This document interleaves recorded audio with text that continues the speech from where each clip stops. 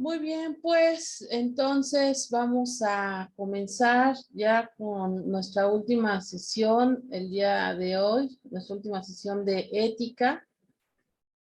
Como ustedes recordarán, la semana pasada estuvimos hablando acerca de los derechos humanos. Hablábamos de que estos derechos humanos pues fueron sufriendo, digamos, una transformación, se fueron dando a lo largo de la historia de del hombre. Algunos de estos derechos humanos en un momento determinado pues eran prácticamente impensables dada la estructura social y la estructura política que existía en aquellos años. Las personas pues no podían ni siquiera imaginarse que pues estaban viviendo, digamos, en un sistema más que opresor, ¿no?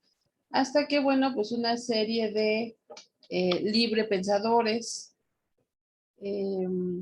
denuncian esta situación de maltrato, de inmundicia en la que viven la mayoría de las personas y comienzan a darse, pues,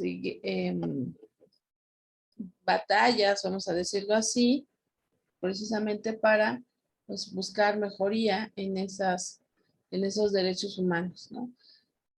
Yo les decía, hoy por hoy, desde que nacemos, pues estamos cubiertos, estamos protegidos por estos derechos humanos y ya desde nuestros primeros años, desde la primaria, nos comienzan a hablar de ellos.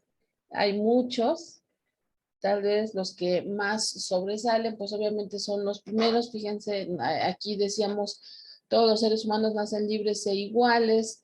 Esto sobre todo básicamente porque, bueno, pues anteriormente los diferentes sectores sociales, los diferentes clases sociales tenían diferentes privilegios o beneficios.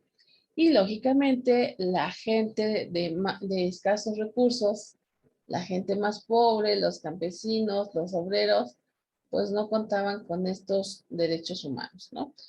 Hoy en día, bueno, pues al menos teóricamente eh, todos debemos de tener estos derechos humanos, ¿no? En nuestro país, en México, están asentados ya en la Constitución, ¿no? Desgraciadamente, pues no siempre es fácil eh, hacer uso de estos recursos, de estos recursos humanos, de estos derechos humanos, perdón, porque existen pues estas violaciones, ¿no? A ellos, estas violaciones a los derechos humanos, como lo vemos en la imagen. En muchas ocasiones las personas que están en el poder pues hacen mal uso precisamente de este poder y entonces pues se corrompen estos derechos humanos a través de la corrupción, del tráfico de influencias, de la extorsión, el soborno, el peculado y el fraude y la colusión. Pues todo eso son situaciones, son acciones dañinas, son acciones negativas que nos llevan a una limitación en el logro de estos derechos humanos, ¿no? Pero bueno. Pasemos entonces ya al tema de hoy. Hoy en esta última sesión vamos a hablar sobre diversidad cultural, que es un tema también muy importante y muy de la mano precisamente con esta cuestión de los derechos humanos, porque pues es importante señalar que desgraciadamente no todos los seres humanos pues somos valorados como debiera de ser, y dentro de esta falta de valoración pues está también todo lo que tiene que ver con nuestras diferentes manifestaciones culturales. Tenemos aquí en la imagen una definición de cultura muy bien organizada, muy bien estructurada, Pero déjame decirles que de una manera bastante sencilla y escueta, pues podemos decir que cultura es todo aquello que está hecho por la mano del hombre. Todo aquello que el hombre hace es cultura. Pero bueno, en un sentido más sofisticado, por ejemplo, aquí en la pantalla nos dice que la cultura puede considerarse actualmente como el conjunto de rasgos distintivos, espirituales, materiales, intelectuales y afectivos que caracterizan a una sociedad, a un grupo social. Yo les decía hace ratito todo lo que hace el ser humano, ¿no? Ella, o sea, la cultura, engloba además de las artes y las letras, los modos de vida, los derechos fundamentales al ser humano, los sistemas de valores, las tradiciones y las creencias, y que la cultura da al hombre la capacidad de reflexionar sobre sí mismo. Es ella la que hace de nosotros seres específicamente humanos, racionales, críticos y éticamente comprometidos. A través de ella discernimos los valores y efectuamos opiniones. A través de ella el hombre se expresa, toma conciencia de sí mismo, se reconoce como un proyecto inacabado, pone en cuestión sus propias realizaciones buscando incansablemente nuevas significaciones y crea obras que lo trascienden. Es decir, la cultura es todo esto que nos da sentido, pero la cultura humana no es una ni es inmutable, sino todo lo contrario. Cada sector de la población en este planeta, cada área geográfica que agrupe un conjunto de seres humanos, seguramente tendrá una cultura propia que lo va a definir a ese grupo humano, va a definir sus características, como dice ahí, sus valores, su religión, ¿no? Y todo lo que le da sentido precisamente a eso que llamamos ser humano. De hecho, nosotros somos seres humanos precisamente por estos rasgos, por los rasgos culturales, porque probablemente haya infinidad de animales, ya lo vimos ayer y las clases pasadas en biología. Existe este, una gran diversidad biológica y esto nos lleva a que hay una gran cantidad de animales, pero no existe un solo animal que sea capaz de generar cultura. Y entendemos entonces por cultura todas estas características, ¿no? Sabemos que hay animales que pueden construir sus nidos, por ejemplo. Sabemos que hay animales que pueden aprender. Les dejamos, que pueden planear, por ejemplo, le dejamos a un grupo de monos una, un, una penca de plátanos en la parte superior de un cuarto y les dejamos cajones y los monos tendrán la habilidad, la inteligencia de apilar esos cajones para poder subir y alcanzar esta penca de plátanos que pudiera estar en el techo. O sea, lo pueden hacer, pero todo esto que acabo de leer, englobar todo esto, ningún otro animal lo puede hacer. Esto es exclusivo, es decir, es inherente, se dice que es inherente a los seres humanos. ¿Sale? Ahora, como hay una gran diversidad de de grupos humanos, pues entonces esto nos va a conllevar a que también exista una gran cantidad de culturas, a lo que le vamos a llamar diversidad cultural, que como acabamos de identificar, como acabamos de leer, pues se va a distinguir porque existe toda esta gran variabilidad, ¿no? Perdón.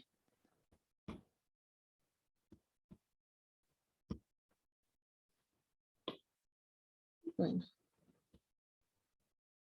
ok.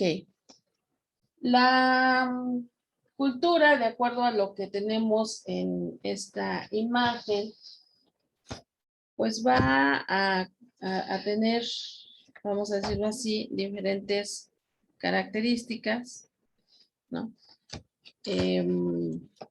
Bueno, vamos a, perdón, me equivoqué.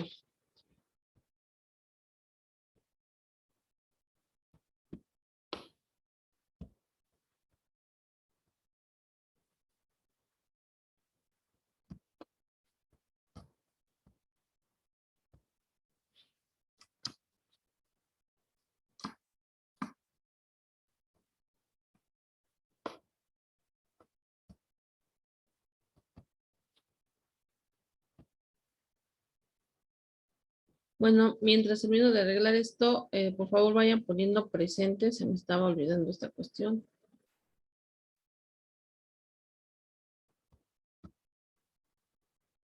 Ahora sí. Bien, entonces decíamos, la cultura tiene una gran cantidad de características que hay que tomar en consideración. La primera que estamos viendo ahí en la pantalla nos dice que su primera característica es la contextualización.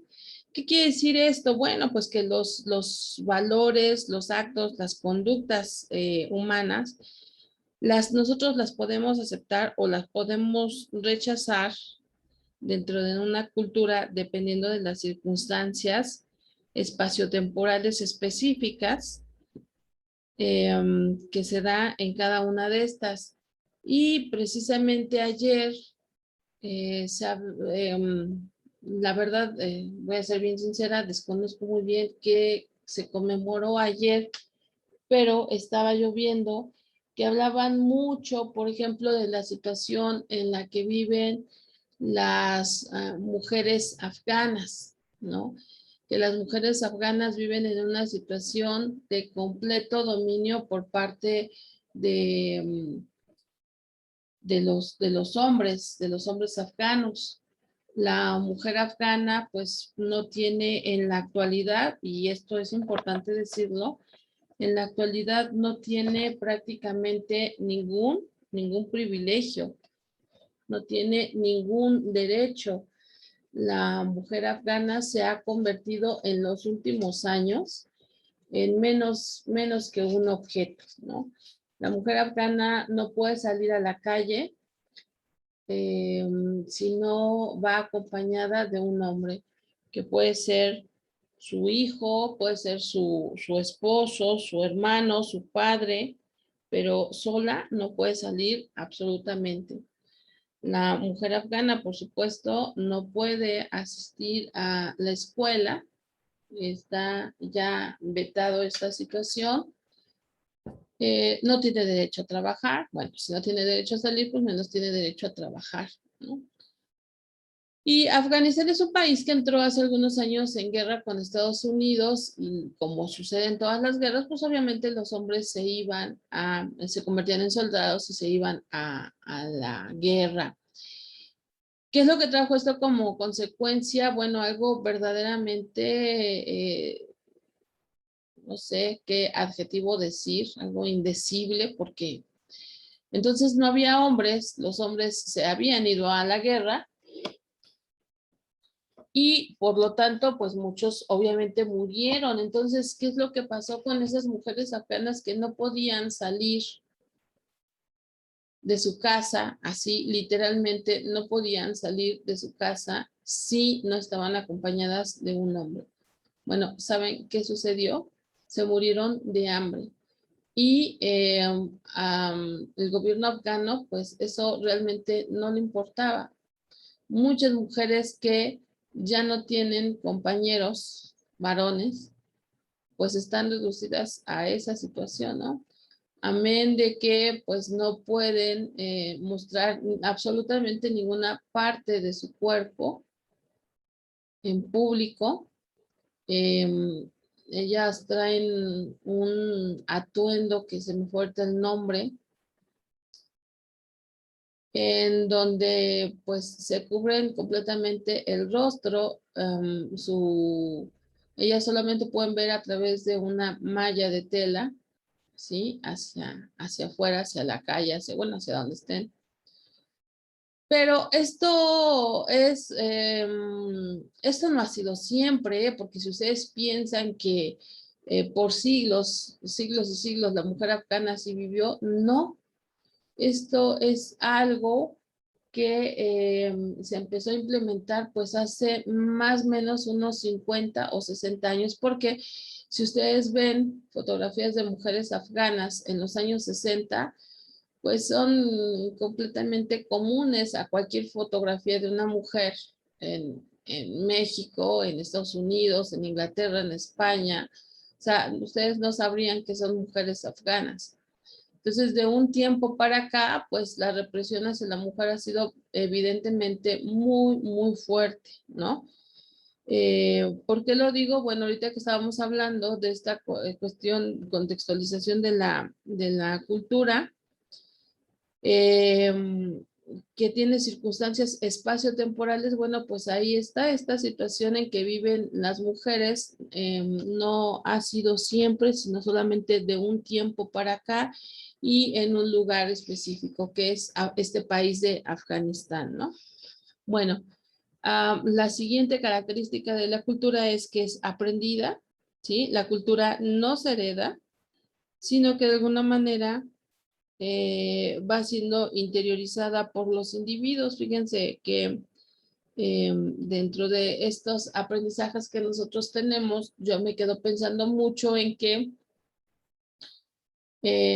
cuando yo me caso y formo mi propia familia, empiezo a adoptar empiezo a hacer algunas cosas, empiezo a tener algunas conductas que tienen que ver de acuerdo con esta cultura mía, ¿no? Como por ejemplo, pues poner un árbol de Navidad, pero sobre todo también en Día de Muertos, pues hacer mi propia ofrenda de muertos en mi casa. Digo, obviamente cuando yo era soltera y cuando yo era pequeña, pues eso lo hacía mi mamá, pero cuando yo me separo de ese núcleo familiar, pues yo también empiezo a hacer ese tipo de cosas, ¿no? Que van directamente relacionadas con nuestra cultura. Ahí vemos un ejemplo de cómo esta cultura es aprendida. Aprendida y compartida, porque efectivamente entonces los miembros del grupo social, pues enseñan a las generaciones más recientes, pues todo lo que tiene que ver con estas formas culturales, ¿no? Nos dice que la cultura es simbólica, el compartir pues toda esta visión requiere que los individuos que conforman la cultura reconozcan los símbolos que conforman esta identidad cultural. Yo les decía hace ratito, por ejemplo, la ofrenda del Día de Muertos, que finalmente pues también tiene mucho simbolismo, ¿no? Um, um, que por ejemplo se debe poner un vaso de agua, se debe poner sal, la comida para los difuntos, etcétera. Todo eso finalmente son cuestiones simbólicas. Yo no sé si ustedes sepan, pero el poner papel picado representa, por ejemplo, el aire, el agua, la sal, tiene todo un simbolismo muy, muy específico, ¿no? Y por último, nos dice que la cultura es integradora. Bueno, pues sí, lógicamente es integradora porque une precisamente a los miembros de esa comunidad y les da un sentido de pertenencia, ¿no? Yo me asumo en este caso, por ejemplo, como mexicana, cuando empiezo a utilizar esos símbolos que son precisamente propios de esta cultura, ¿no? Ok, continuemos. Espero que hayan tomado una captura de pantalla para o que lo hayan terminado de anotar. Bueno, el siguiente punto tiene que ver con cómo llegamos a el entendimiento o al significado de lo que es cultura. Bien, hay muchos estudiosos que se han dedicado a identificar precisamente estos rasgos culturales. Tenemos aquí en la pantalla diferentes autores que han dado su aportación a todo esto que tiene que ver entonces con la cultura, ¿no? Por ejemplo, aquí nos habla de este autor Taylor, antropólogo, esto es muy importante, ¿no? Antropólogos, filósofos, historiadores, ¿no? Nos van dando una definición de cultura. Taylor, hace más de un siglo y medio, nos dice que la cultura es un conjunto complejo que incluye el conocimiento, las creencias, el arte, la moral, el derecho, las costumbres y cualesquiera otras producciones y maneras de vivir nacidas del hombre que vive en sociedad. Como yo les decía hace ratito, todo lo que hace el ser humano, entonces va a ser considerado precisamente como parte de la cultura, ¿no? Hertz, 1996, nos dice que la cultura no es más que la trama de significaciones construidas por el hombre en la que conforma y desarrolla su conducta, es decir, la manera en que los seres humanos se van conformando, ¿no? Bueno, van conformando sus grupos, van conformando sus sociedades, perdón. Eso es a lo que se refiere este autor. Un autor, nos voy a sacarlos, me voy a saltar los otros. Un autor muy importante hoy por hoy es el filósofo argentino Mario Bunge. Él nos dice que la cultura no se conserva, se cultiva, se enriquece o se pierde. Se cultiva, se enriquece, exactamente. Con el paso del tiempo, las costumbres, las tradiciones se van transformando, van tomando diferentes caminos y cuando por alguna circunstancia ya no es algo, ¿cómo decirlo? No es algo útil, cuando la cultura deja de ser útil, entonces en ese momento se pierde, ¿sí? Y bueno, el último autor que tenemos ahí abajo, Manuel Castells, nos dice, reconoce que la identidad es, obviamente, identidad cultural. El proceso mediante el cual un actor social se reconoce a sí mismo y construye, el significado correspondiente a la identidad individual como un atributo o conjunto de atributos culturales determinados que por su especificidad y por encontrarse enmarcados en un conjunto y tiempo definidos excluye las diferencias de otras culturas. Esto básicamente nos quiere decir que una cultura se va a identificar a sí misma como diferente y separada de las otras.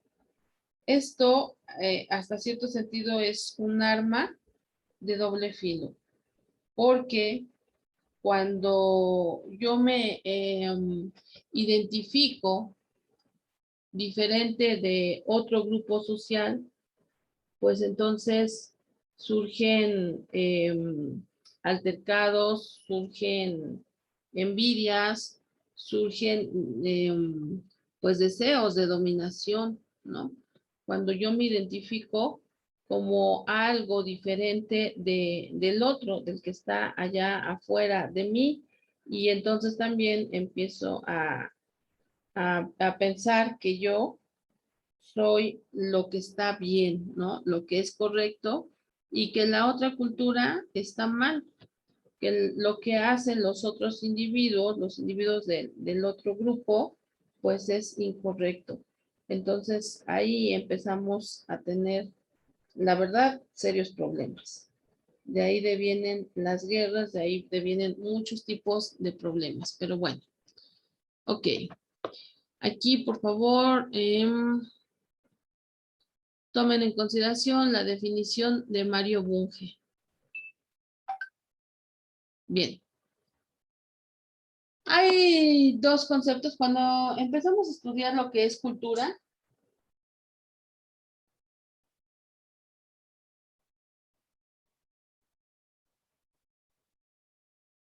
Cuando empezamos a estudiar lo que es cultura, hay dos puntos importantes. Lo que se conoce como identidad cultural y lo que se conoce como identidad nacional. De repente pudiera parecer que es lo mismo, pero no, no necesariamente es lo mismo. Pudieran llegar a parecerse, pero sí tienen obviamente sus puntos diferentes. Observemos, fíjense bien lo que dice. Identidad cultural implica un conjunto de comportamientos, creencias, tradiciones, símbolos, valores, orgullos que componen los miembros de un determinado grupo social y son a su vez los que permiten la existencia de un sentimiento de pertenencia, el cual ayuda a que a pesar de las diferencias individuales, los miembros puedan tener algo en común. Al mismo tiempo, las diferencias que presenta el grupo es lo que lo distingue de los demás. Entonces, por ejemplo, pues yo me puedo saber o identificar como, por ejemplo, un grupo purépecha, como un grupo maya, como un grupo otomí, tzetzal. Bueno, esto lo estoy diciendo pensando en términos de las diferentes etnias que habitan en nuestro país, ¿no? Ok. Pero entonces, ¿qué es lo que vamos a entender o qué es lo que vamos a reconocer como identidad nacional? Bueno, allí nos dice, es aquella que enlaza a los individuos con la nación a la cual forman parte. Se puede dar por el hecho de compartir ciertas costumbres o tradiciones, creencias, comportamientos por compartir el mismo territorio. Ahí está la diferencia. Compartir el mismo territorio o poner sentimientos de pertenencia. Aquí en nuestro país, pues obviamente existe una gran cantidad de etnias, de diferentes grupos culturales.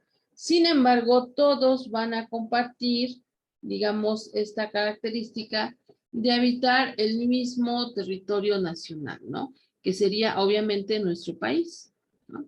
Habitar nuestro país, que es México.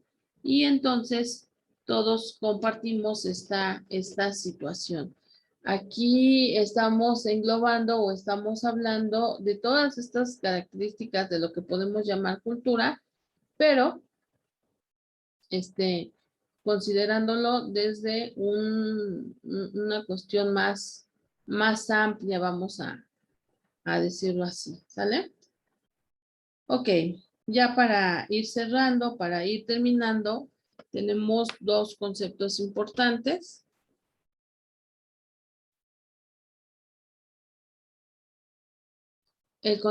Bueno, primero vamos con identidad. No, son tres conceptos. El primero, identidad. Bueno, aquí decíamos una identidad individual hacia mí mismo o una identidad colectiva. Ambos son importantes. Observen bien que nos dice aquí que dentro de esta identidad individual, pues tenemos rasgos que caracterizan a una persona y la distinguen de otra. ¿Sí? ¿Y cómo soy yo? Alegre, distraída, estudiosa, trabajadora, tímida, etcétera. Esto me va a crear una identidad individual. Es decir, conjunto de características que tengo yo, ¿sí? que poseo yo. Luego, ¿cuáles son ese conjunto de características? Bueno, nos dice ahí valores, costumbres, ideas, derechos, creencias, religiones, ¿sí? Todo eso. Dentro de lo individual también tenemos la dignidad, que es aceptar la diferencia, respeto a la autonomía, a la libertad de ser, respeto a mi propia persona, a cómo yo me manejo y a cómo yo considero que las cosas deben de ser. Pero como yo estoy dentro de un grupo social, que yo no vivo sola en el espacio, sino que estoy dentro de un grupo, bueno, pues entonces ahí yo tengo una identidad de grupo. A mí me representa, vamos a decirlo así, cierto grupo que seguramente tiene características muy particulares, ¿no? Y entonces esta identidad colectiva se define como todo aquello que se comparte con otros. Se transmite a través de la familia o de otras instituciones. Tengo una manera de ser y de pensar propias, pero también es importante señalar que esa manera de ser y de pensar están circunscritas dentro de las características que conserva mi grupo social. Por ejemplo, ahorita estaba yo hablando de las mujeres afganas.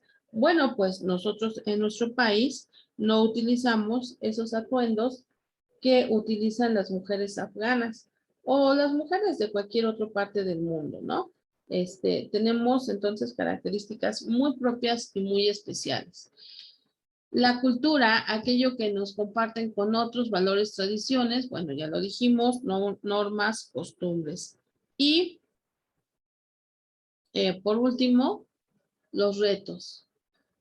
Dentro de nuestro grupo cultural, nos dice ahí, pues existe el reto de poder conservar nuestros rasgos distintivos, ¿no? Mucho se ha hablado, por ejemplo, en los últimos años que debido a la globalización, debido a la relativa facilidad que hay para relacionarnos con otras culturas, sobre todo lo que tiene que ver con Estados Unidos, pues corremos el riesgo de perder nuestros rasgos distintivos.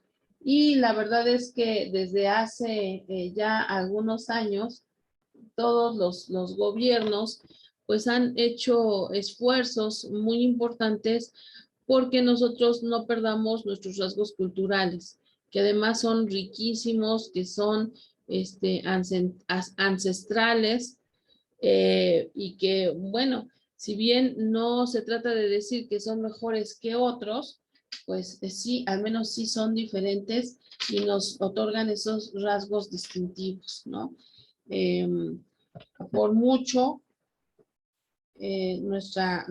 por muy cerca que vivamos de Estados Unidos, pues nuestras características culturales son bien diferentes a la de los norteamericanos, ¿no?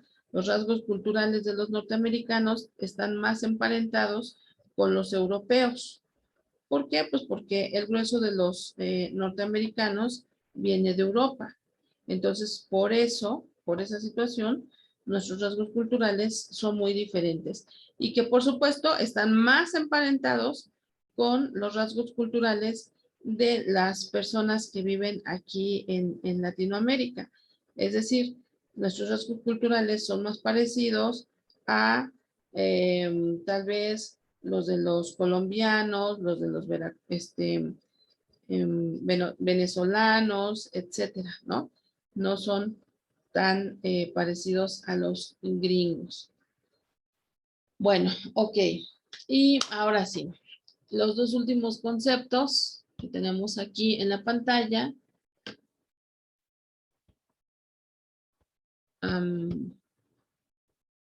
Multiculturalidad.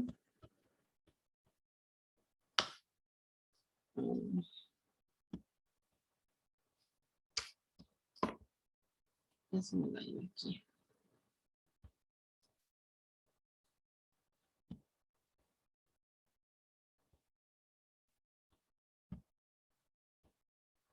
Ok. Ahí está, multiculturalidad e interculturalidad, que son dos conceptos que hoy en día pues son muy importantes y que se pelea mucho por ver cuál es lo que se establece, si se establece un país multicultural o un país intercultural. ¿Por qué? ¿Por qué esta situación? Y sobre todo también, ¿por qué la diferencia, no?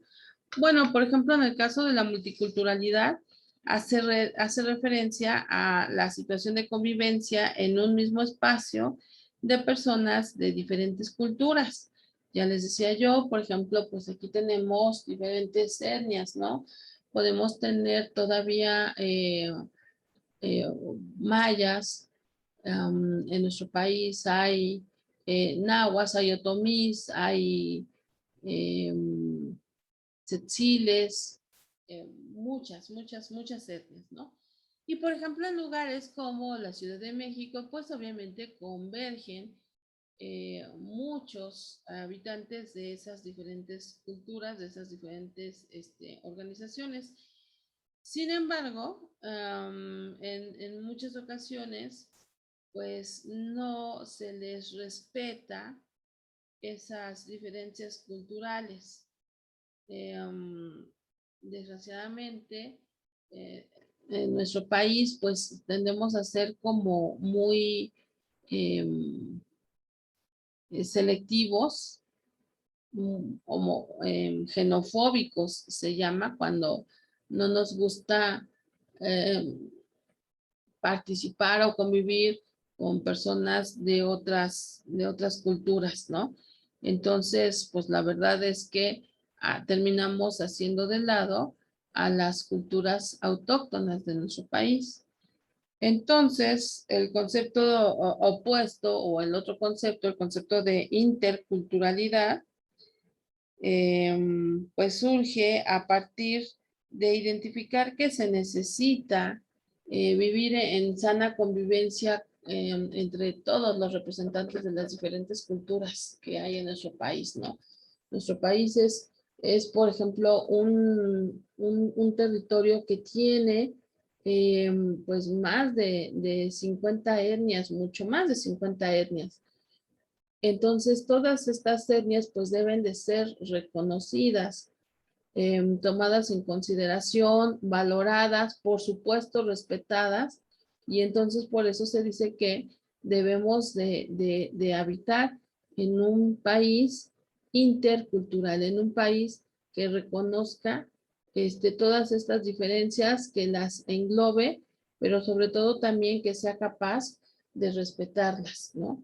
Que sea capaz de darles valor a cada una de ellas. Ese es, digamos, como pues un reto importante para los gobiernos de nuestro país. Y que se repite, a final de cuentas, se repite en otros países, ¿eh? Porque por supuesto que México no es el único país intercultural.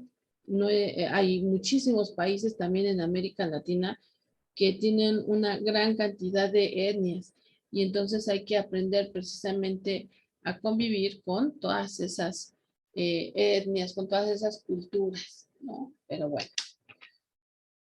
Ok, chicos, pues por ahorita ya lo dejamos aquí.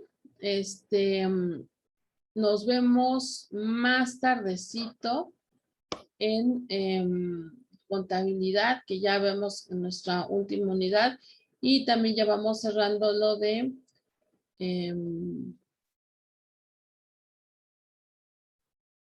fue el diplomado, ¿no? De sueldos, administración de sueldos y salarios.